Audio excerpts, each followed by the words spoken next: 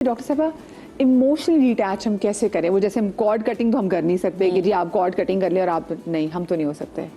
Emotionally detachment ताकि तकलीफ कम हो। देखिए उसके लिए हमें प्रैक्टिस करनी पड़ती है, माइंड सेट बनाना पड़ता है, ठीक है। और माइंड सेट तब बनता है जब आप उस वक्त उस कंडीशन में मौजूद ना हो, यानी जिस टाइम आपकी एक्टिव कोई गुफ्तगू हो रही है और एक्टिव लड़ाई हो रही है तो तब तो माइंड सेट उस टाइम तो नहीं बनेगा। अच्छा, तो ये भी है कि जब आपके मियाँ नार्सिसिस्ट है, बीवी नार्सिसिस्ट है, तो उससे बहस ना करें। जी, आप ये चीज नहीं करें, बिल्कुल बहस नहीं करें, क्योंकि वो तो आपके हक में जाएगी नहीं। जी, आप उससे बहस नहीं करें, बल्कि आप उसको इस तरह से उससे बात करें कि कॉन्वर्सेशन ख़त्म होने की तरफ जाए, ठीक है। आप उसको, जैसे उरूसा ने इतना अच्छा बताया कि आप कहें हाँ ठीक है, ओके, वो कह रहा है मेरे से अच्छा तो दुनिया में कोई नहीं है, मैं तो दुनिया का बेस्ट सर्जन हूँ या मैं तो दुनिया का बेस्ट टीचर हूँ, ठीक है। तो आप उसको ये नहीं करें कि आप उतना वैलिडेट कर रहे हैं, बल्कि आप कहें जी हाँ जी ठीक है। मतलब आप जब इस तरह करने की प्रैक्टिस कर लेंगे ना तो वो बातें आपके दिल के ऊपर नहीं उतरेंगी।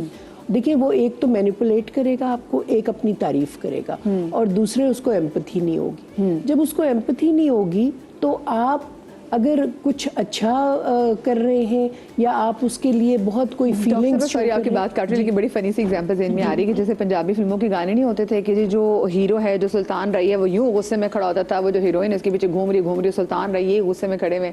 तो एग्जैक्टली वो वाली चीज़ है कि उसको समझ में नहीं आ रही, वो कूदियां मार मार के खेत खराब कर दिया उसने। हाँ, जी, वो गुस्से में खड़े हुए। बिल्कुल। हाँ, वो मीडिया से भी तो पहुंचता है ना। हाँ। मीडिया से भी आम इंसानों में ये चीज आती है कि किस तरह रिएक्ट करना है।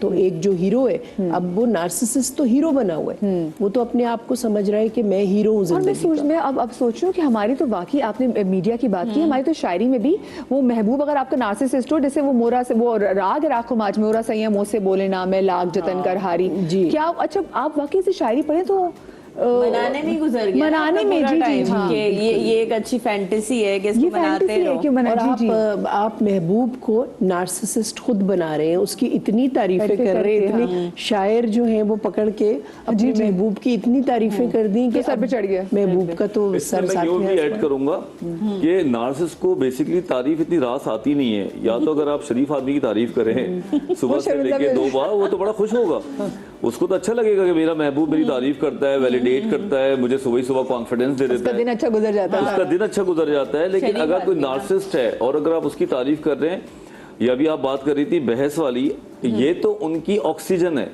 बहस करनी वो जो नार्सिसिज्म है वो पलता ही बहस पे, जैसा बैटरी चार्ज होती है चार्जर की तरह, अगर आप उसे बहस करेंगे वो तो इतने मजे लेगा कि आप तस्वुर नहीं कर सकते। वो इतना बहस करता है, इतनी प्यारे तरीके से बहस करता है। बहुत से, जैसे आपने बात की ना, अब बहुत सारे होते हैं, जैसे एक तो वो आपकी टाइम की कदर भी नहीं करते, वो आपकी कदर भी नहीं कर रहे होते, देन वो आपको घोस्ट कर रहे होते हैं, वो बहुत सीक्रेटिव चल रहे होते हैं, एंड एट टाइम्स ये जो नार्सिसिस्ट होते हैं आपको चीट कर रहे होते हैं।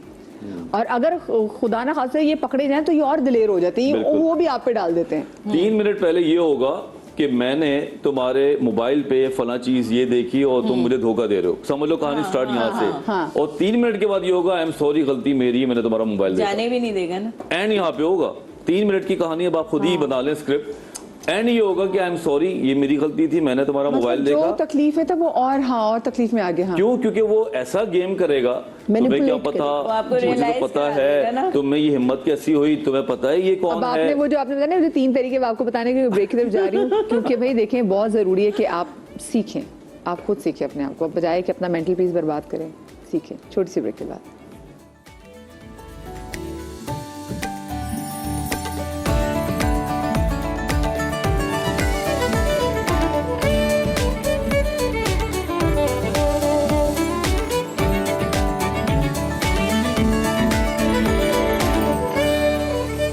Welcome back after the break. और ब्रेक के बाद मेरे साथ कमल भी मौजूद है, जरा हम कमल से उनके बारे में भी जान लेते हैं और उसके बाद फिर हम, क्योंकि आखिरी सेगमेंट है, सो अब हम कुछ डीलिंग की तरफ चले जाएंगे कि आपने इनको डील कैसे करना है और अब ज़्यादा बेहतर तरीके से कैसे हो, तो आपने बजाय कि आप इनके कंट्रोल में हो जाए, आपने इनको काबू कैसे करना है। जी अस्सलाम वालेकुम। वालेकुम सलाम। मेरे हस्बैंड जो है ना वो बहुत अच्छे हैं, अपनी जिम्मेदारी को समझते हैं, लेकिन जो भी कुछ करते हैं ना वो इस तरीके से जताते हैं कि इंसान का खून जल जाए। ख़ास करके मेरे माँ बाप पर आ जाते हैं, भाई पर आ जाते हैं कि अपने माँ बाप के घर पे इस तरह कपड़े पहने थे, इस तरह शॉपिंग की थी, कभी इस तरह रेस्टोरेंट में गए थे, इस तरह मुझे इतना टॉर्चर करते हैं ना कि बस मुझे बर्दाश्त नहीं होता कि आपकी जिम्मेदारी, आप हस्बैंड हैं, आप करें, लेकिन 1 दिन 2 दिन 3 दिन हो जाते हैं, लेकिन वो यही रिपीट करते रहते हैं। इतने मतलब साइको हैं या क्या है वो मैं बर्दाश्त करती हूँ। जताते उनकी रहते हैं कि बातें। देखो, हाँ। जताते रहते हैं।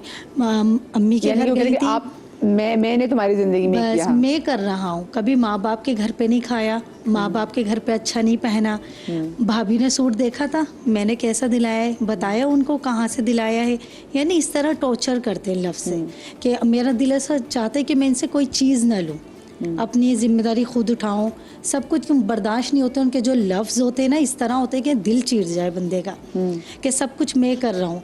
कभी आपकी भाभी के भाई ने भाभी को दिलाए इस तरह कपड़े, कभी आपके भाई ने अपनी भाभी को, आपकी भाभी को दिलाए इस तरह। यानी हर चीज़ में मेरे घर वालों पे आते हैं। मेरे भाई, मेरी माँ, अम्मी, मेरी भाभी, मेरी फैमिली पर आ जाते हैं। और अगर मैं मुझसे कोई गलती हो भी जाती है ना तो फिर मेरे घर वालों पे इतनी गालियाँ पड़ती हैं, इतनी गालियाँ पड़ती हैं, मुझे कुछ नहीं कहेंगे, मेरे घर वालों पर आ जाते हैं। यानी मेरी फैमिली की तरफ से टॉर्चर करते हैं ज़्यादा।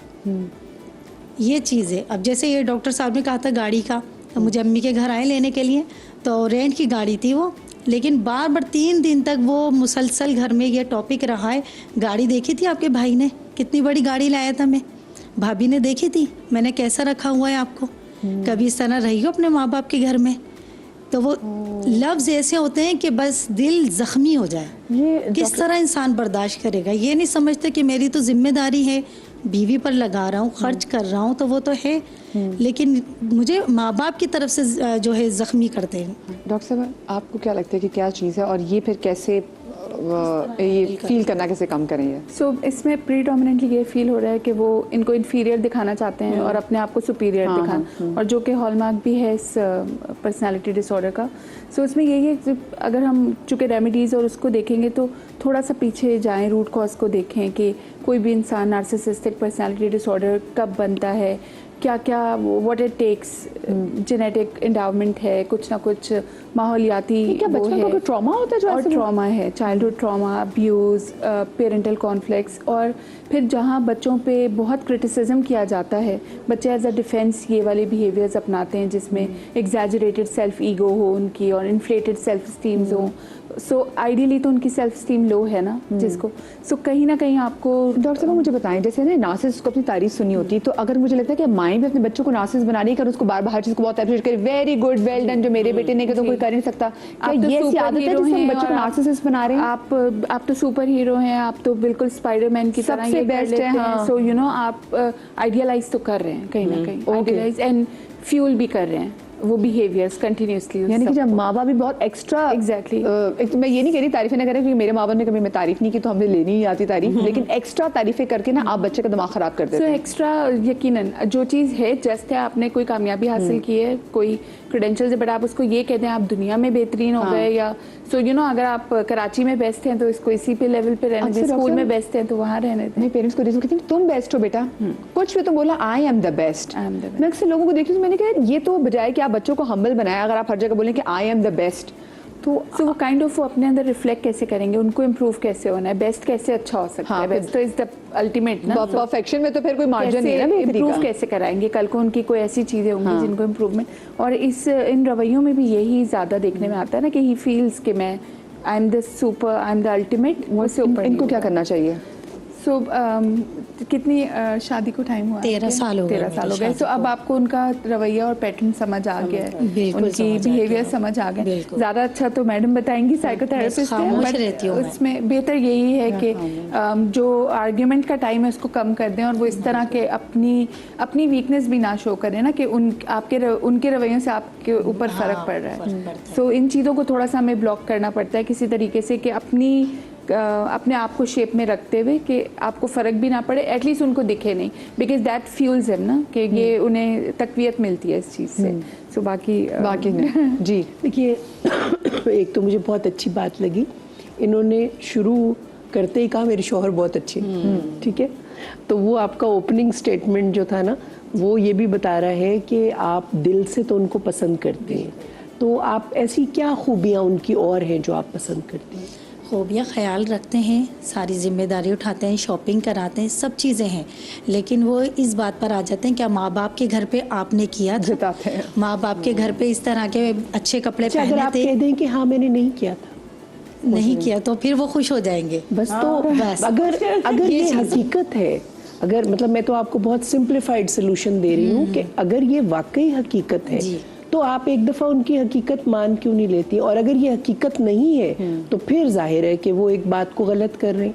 तो आपके ख्याल में ये हकीकत है, ये ऐसा हकीकत हुआ है? जी, वो बोलते हैं इस तरह। नहीं सॉरी, ऐसा होता है कि आपके माँ बाप के घर पे ये चीज़ नहीं थी और शोहर ही के घर पे ऐसे? नहीं, अल्हम्दुलिल्लाह माँ बाप के घर पे भी सब चीज़ें मिली थी, सब कुछ अच्छा था जताने माशाल्लाह, से अच्छी फैमिली से है, लेकिन वो हस्बैंड ये कहते हैं बस अब मैं हूँ।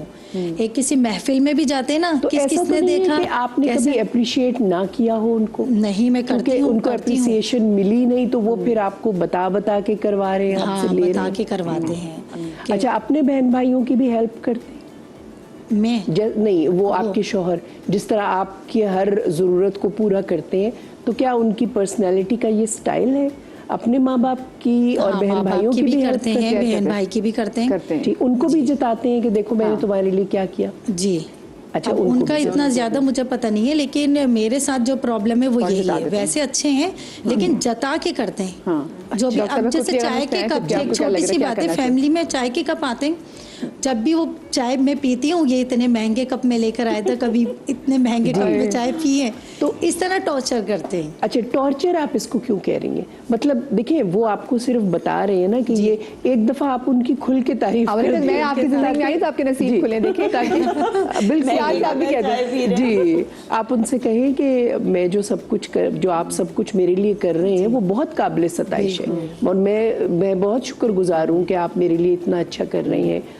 मगर मेरे भाई भी अच्छा रखते हैं इस लिहाज से, ठीक है? आप अपनी पॉइंट भी कहें, मगर उनकी वो अगर कहना चाह रहे हैं, एक इंसान बार बार कहना चाह रहा है, तो गालिबन आप उस तरह से ओपनली शायद नहीं कह अगर मैं पाए। जैसे अपनी फैमिली की तारीफ करूंगी कि भाई ने अब भाभी मजे को की अच्छा- बात बताऊं बस आपको, फिर वो चिढ़ डॉक्टर जाएंगे। वजाहत ने बैठते ही कहा था कि नार्सिसिस्ट लोगों को हैंडल करना बहुत आसान है। हाँ। तो मैं आपको भी यही कहूंगी कि अगर वो शख्स सिर्फ तारीफ चाह रहा है, आप तो तारीफ करके पता नहीं हाँ, अपने और लिए क्या क्या ले आप सकते ख्याल तो कर रहे हैं ना, अपनी तारीफ आपके सुनिए आप उनको। कितने अच्छे हैं, मुझे बाकी घर भी किसी- दिला दें। आप कितने अच्छे हैं, आप कोई बड़ी चीज का मुतालबा करें, आप ये सूट देखिए पे कि मत आपका रहें। ख्याल हाँ। करें। There are lot of people जो ख्याल भी नहीं करते, क्योंकि जैसे बोला में एम्पैथी नहीं होती, वो आपको ख्याल कर रहे हैं, ख्याल वो तो ये भी नहीं करें। देखेंगे जी। कि खाना भी खाया कि नहीं खाया, वो कहते हैं मेरी बला से। तो वो जो मेरी बला से वाले लोग हैं ना, एक तो उनको कंट्रोल कैसे करना, और आप कुछ ऐड करना चाह रहे थे। जी, देखो, अगर ये शादी 2 साल पहले हुई होती तो मैं इसकी बिल्कुल डिफरेंट रेमेडी देता। फिर मैं आपको लड़वाने का मतलब सिखा के 1 to 1 खड़ा करा के फिर हम उसको नीचे की तरफ लेके जाते। लेकिन 13 साल के बाद शादी में बड़े फिक्सेशंस आ जाते हैं, और फिर शादी के स्टेक्स बड़े हाई होते हैं, बच्चे हैं ये, तो हम फिर आपको वो मशवरा नहीं दे सकते। इसमें सबसे पहले तो मैं आपको ये मशवरा दूंगा कि अपने इमोशंस को इन बातों से डिटैच कर लो। सबसे आसान, जिस तरह हम पेशेंट की इमोशन से डिटैच होते हैं ना, हमारे पास 8 पेशेंट रोज आते हैं, 8 कहानियाँ होती हैं, लेकिन हम उनके साथ जुड़ते नहीं हैं, चाहे जितना अच्छा ट्रीट कर लें। जब आप ये समझ जाओगे कि ये मेरे प्यारे से हस्बैंड का एक मर्ज है, ठीक है ना, पर्सनैलिटी इसकी अलग है, मेरा मरीज से बहुत अच्छा प्यार है, लेकिन मर्ज से मुझे नफरत है या मेरे से इमोशन कनेक्टेड नहीं है। मिसाल के तौर पे आपके शौहर को अगर खुजली की बीमारी होती और अगर बैठ के वो यूं करके हर वक्त खुजाता रहता, तो आप नफरत तो नहीं करती ना, आप ये समझती कि मेरे हस्बैंड को एलर्जी है, तो इसको मैं हेल्प कर दूं। इसी तरह मेंटल क्लिनिकल फीचर्स जो होते हैं ना, ये बीमारी की शक्ल होते हैं। अब एक बंदा, जिस तरह सबसे पहले लिखा हुआ है कि एक्स्ट्रा नीड ऑफ एडमायरेशन, यही बता रही ना, पूरी कहानी इसी की गिर्द घूम रही है। एक्स्ट्रा नीड ऑफ एडमायरेशन का मतलब मुझे जरूरत से ज्यादा तारीफ सुननी है। तो अब आपने बीमारी का ये क्लिनिकल फीचर है। अब आपने क्या करना है कि जब वो ये बातें करे, आप इमोशनली अपने आप को डिटैच करके रखें। जिस तरह मदिया ने कहा हाँ हूं करके 2 चीजें और ले लो। 13 साल के बाद वाली रेमेडी यही है कि अच्छा ठीक है, आपने मुझे ये दिलाया, अरे इसके 100 रह गए, और आपसे अच्छी तो कोई चॉइस है ही नहीं किसी की। वो बंदा दौड़ता हुआ लेकर आएगा, क्योंकि नार्सिस का जो सबसे वीक पॉइंट है वो यही है कि आप एक टाइम पे इमोशनली स्टेबल होकर इसकी तारीफ करें और 100 की जगह 1000 रुपए उसे ले ले। लेकिन अगर आप उसे फड्डा करेंगे, अगर आप उससे बहस करेंगे, तो आप नीचे जाएंगे, आपके एड्रेनलिन रश होगा, आपका बीपी हाई होगा, आपकी पल्स हाई होगी, आप एक टेंशन में आ जाएंगे, आप ही तकलीफ में आ जाएंगे। हाँ, आप इमोशनली रोने धोने पे आ जाएंगे, तो वो जो है ना वो और सेटल हो जाता है। अच्छा, एक तो ये तारीफ, अच्छा मुझे कंट्रोल करना था क्योंकि टाइम कम है डॉक्टर बजाज, इसलिए मुझे बताएं कैसे। नंबर एक, ये जहां पे 1-to-1 मुकाबला हो, जहां पे वो सामने खड़ा हो, वो बात करने के मूड में हो, आप हवा निकालें, फुस करके गायब हो जाए वहां से। सबसे आसान तरीका ये होता है, जब नार्सिसिस्ट से आप बहस करते हैं, वो बहस में जीत उसी की होनी होती है, क्योंकि वो झूठ पे भी जीतता है, सच पे भी जीतता है। तो फायदा क्या, 5 मिनट के बाद जो अपनी तबीयत खराब करें, आप पहले तीसरे सेकंड में अपने आप को बोल दें I am out of it. Line सीखनी पड़ती है जो मैं सिखाता हूँ। नंबर 1 ये कि I am totally out of it, मैं आपसे बहस नहीं करना चाहती, आप मेरी तरफ से जीते, मैंने आपसे बात ही नहीं करनी। जब आप बिल्कुल ही डिटैच हो जाते हैं ना, बंदा पीछे पीछे दौड़ता हुआ आता है, क्योंकि उसको तो लड़ना है, हाँ। उसको तो बहस करनी है। दूसरा पॉइंट, आखिरी जब वो करीब आए, इधर आओ तो मेरी बात सुनो, ये वो, तो करीब आए तो आप उसको बोले पहली बात, मुझसे तमीज से बात करोगे, अगर तुम मुझसे तमीज से बात नहीं करोगे मैं तुमसे बात नहीं करूंगा या करूंगी। दूसरा ये कि मुझसे तुम लड़ोगी नहीं। तीसरा, इस कन्वर्सेशन में मेरा भी पार्ट होगा। कबूल है? हाँ। अगर कबूल नहीं है तो फिर निकल जाओ, वो फिर पीछे आएगा, क्योंकि आखिरी 10 सेकंड। हाँ। नार्सिसिज्म का सबसे जो बड़ा मजे की चीज है ना, जो आसान है, वो ये है कि वो सुनना चाहता है, बोलना चाहता है, और फिर वो ये देखना चाहता है सामने वाला ट्रॉमाटाइज्ड होकर मुझसे एंगेज हो रहा है या नहीं हो रहा। आप नहीं होंगे, वो बेचारा वही तड़प तड़प के मर जाएगा। यानी कि आपने उसको वो इमोशनल वो इतनी शो करना कि अपने इमोशनल आपको। अल्लाह आप सब लोगों को बहुत नार्सिस से दिल से बचाए। मजबूत बनाए और नाज़िल महफूज रहे। अपना ख्याल रखिएगा। शाद रहिए, आबाद रहिए, इंशाल्लाह जिंदगी तो कल मुलाकात होगी। अल्लाह हाफ़िज़।